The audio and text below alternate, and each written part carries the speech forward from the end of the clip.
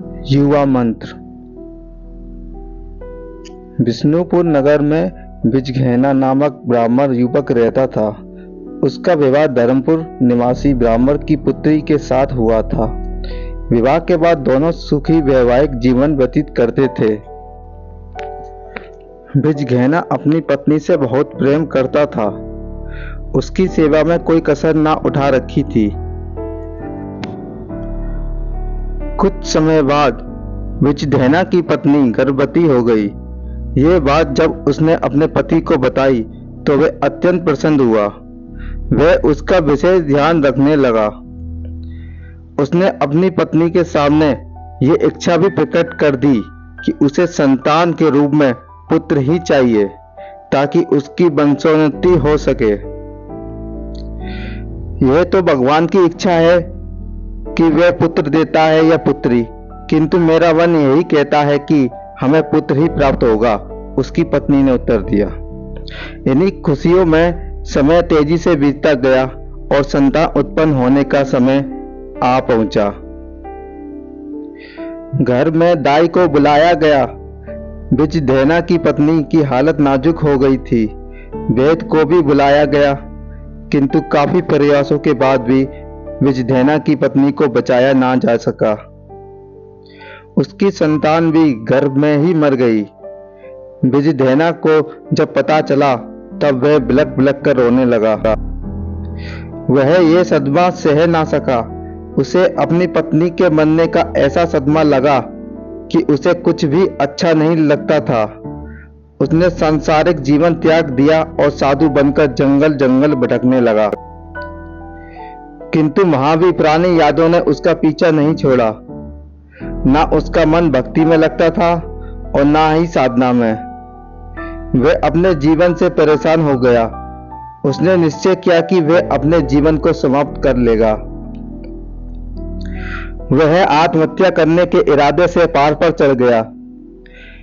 नीचे खाई में कूदने ही वाला था कि किसी ने उसे पकड़ लिया। उसने पीछे मुड़कर देखा तो वह एक सन्यासी था। बेटा, यह जीवन भगवान ने दिया है और यह उसी की मर्जी से प्राप्त होता है। हमें उसकी मर्जी के खिलाफ नहीं जाना चाहिए। सन्यासी ने कहा, महात्मन, मैं अपने जीवन से निराश हो चुका हूँ।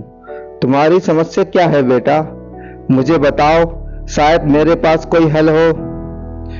बिजघैना ने अपनी आप बीती सुनाई दी।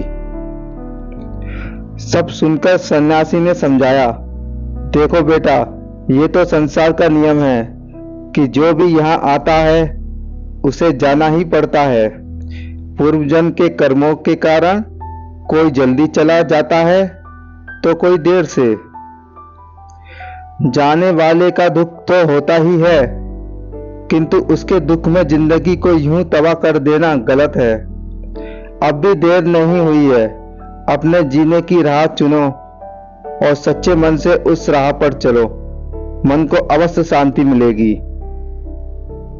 सन्यासी की बातों पर बिजघैना ने अमल किया और तपस्या के मार्ग को चुना।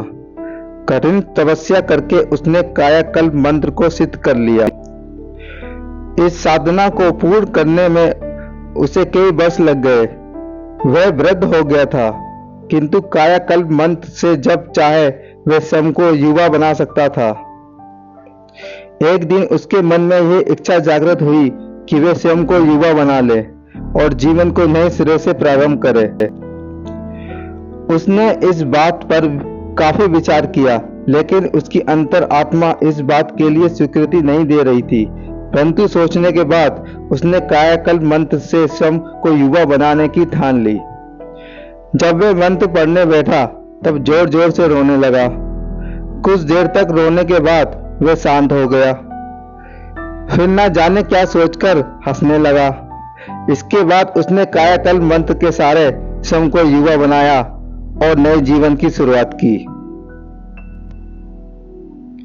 आप सभी ये बताओ कि बिजघैना कायाकल्प मंत्र साधने से पहले रोया और बाद में हंसा क्यों? मैं बताता हूँ।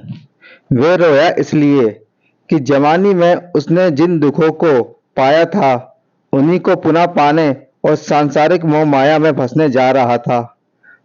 और हंसा इसलिए कि युवा शरीर को पाकर वह एक नया जीवन शुरू करने जा रहा था।